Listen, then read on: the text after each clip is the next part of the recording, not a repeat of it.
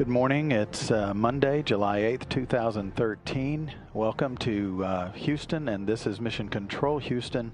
You're looking at the International Space Station Flight Control Room, a wide shot looking over the top of the consoles of the flight controllers that work around the clock on 3 shifts supporting activities aboard the International Space Station with their focus on the U.S. operating system of the orbiting complex.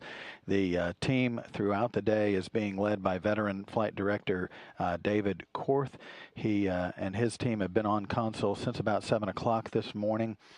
He is joined by astronaut Megan Bankin. She served on the Hubble Space Telescope final servicing mission as a mission specialist on STS-125, the flight of Atlantis. She is serving as the communication link between this team and the crew aboard the International Space Station. The ISS, or International Space Station, is currently beginning a northeasterly track on the dark side of the Earth as it approaches the northeastern coastline, skirting the coastline of New Zealand on a orbital period of about 92 minutes, meaning it circles the Earth every 92 minutes from this altitude of 250 statute miles. Approaching the next coastal crossing will be the coast of the United States in about 20 minutes, traveling about 5 miles per second.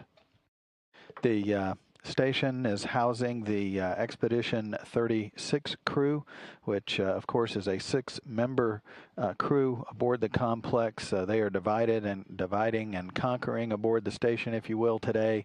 The Russian segment being housed primarily by the 3 Russian crew members on board: Commander Pavel Vinogradov, Alexander Mazurkin, and Fyodor Yurchikhin. Those 3 primarily focus their attention in the Russian segment of the station. Over in the U.S. segment are Chris Cassidy, Karen Nyberg, and Luca Parmitano.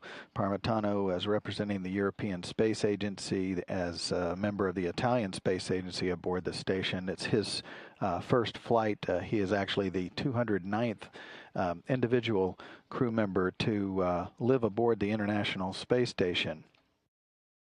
That 6-member crew is split into 2 groups. The 34 Soyuz crew, Pavel Vinogradov, Alexander Mazurkin, and Chris Cassidy, have been aboard the station now for 102 days since their launch.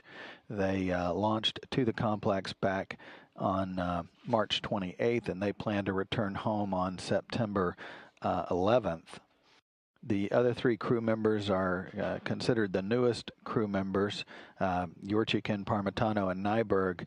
They are in their 41st day in space and aboard the International Space Station, having launched on their 35 Soyuz spacecraft back on May 28th. They plan to be aboard the station until November 10th.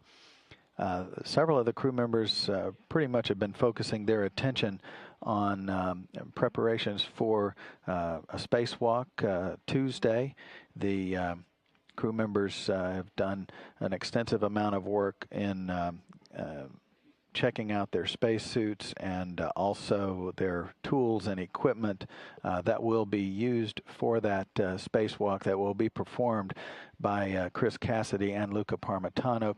Cassidy will be performing his 5th spacewalk and Parmitano his 1st. So those 2 crew members, with assistance from Karen Nyberg and Fyodor Yurchikhin, have been working with primarily focusing their attention in the U.S. airlock quest to prepare for that spacewalk, which is scheduled to begin Tuesday morning a little after 7 a.m. Central, 8 o'clock Eastern Time. In and around that activity, there is quite a number of experiment work that's going on, a lot of which can be done robotically or remotely from the ground, basically a telework type format for the experimenters on the ground to watch over experiments. The crew members do get involved quite a bit in experiment checks throughout the day and the week as they perform other duties as assigned aboard the station as well.